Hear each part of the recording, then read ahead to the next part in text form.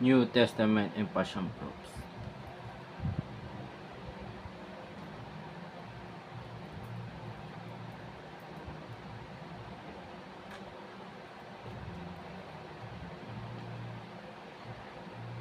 All may be saved now. Behold, I stand at the door and knock.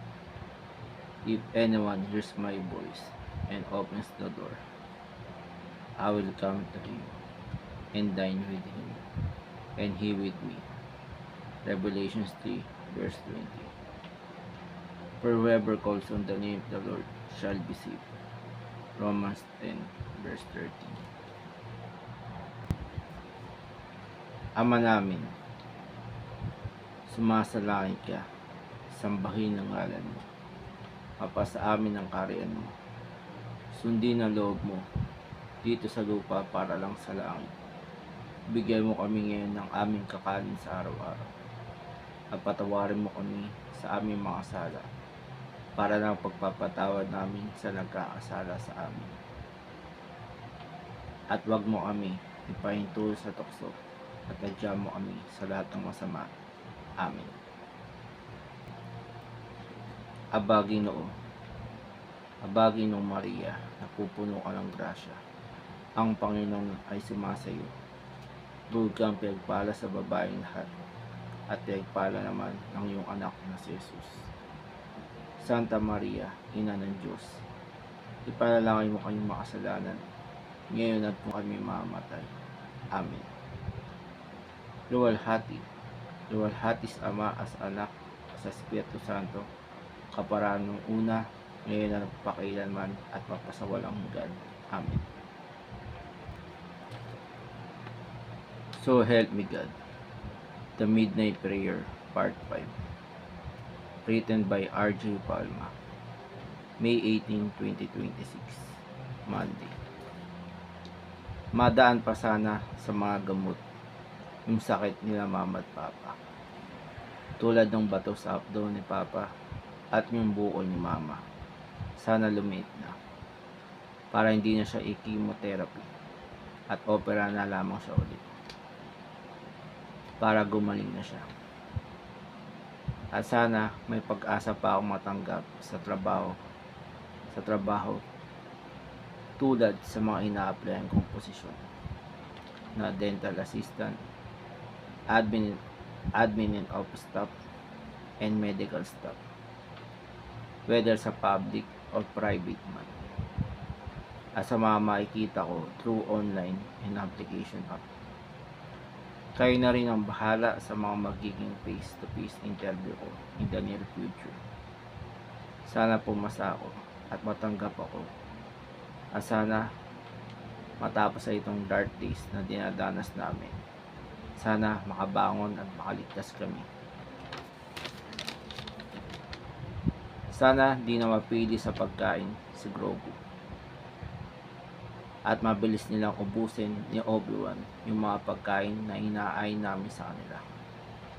Kahit nagmamadali ako, pautal-utal ako, di ako makapag-focus masyado. At first time ko lang i-video itong dasal kahilingan ko. Sana pakinggan nyo pa rin at matuloy sana yung paggawa at pagpapalabas ng Star Wars Episode 10, 11, and 12. Sana magkaroon nito in the near future. At maunawaan sana ng mga friends ko kung bakit di ako nakakasama sa kanila makipag-inuman. Di na sana maging pandemic, makahawak o mag-lockdown dahil sa hantavirus. Sana magkaroon pa ng katuturan itong ginagawa kong pag-apply sa mga online website at application.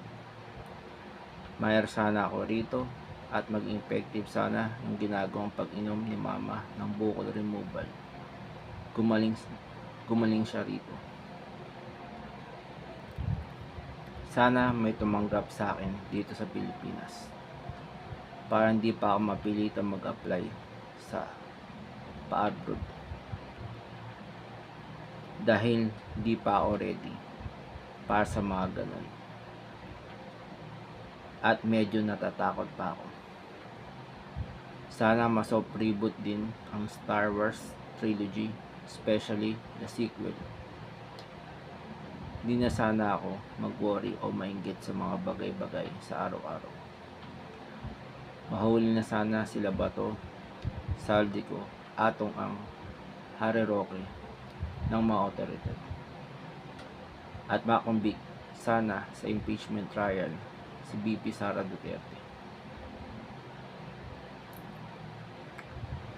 Tumakbo sana sa 2028 presidential election si Leni Robredo at manalo siya. Magkaroon na po ng kaayusan sa loob ng Senado at maupo kung sino ang nararapat na Senate President. Makabili po sana kami ng panibagong sasakyan na magagamit namin sa pang-araw-araw. Kaagad-agad na po ako matanggap sa work para mabili ko na yung mga gusto ko at makaon na ako. Umepek po sana kay mama yung pag-inom niya ng dahon ng guyabano at sumampa pa si papa ng barko next year hanggat kaya pa niya. Magkaroon na po ng direksyon, liwanag at pag-asa ang buhay namin. Di po sana kaming maghirap ni mama in the near future. Magtagumpay po sana kami sa mga plano namin. Kahit marami pa kaming pending o atraso sa ibang bagay. Makapag-focus pa kami sa mga goal namin.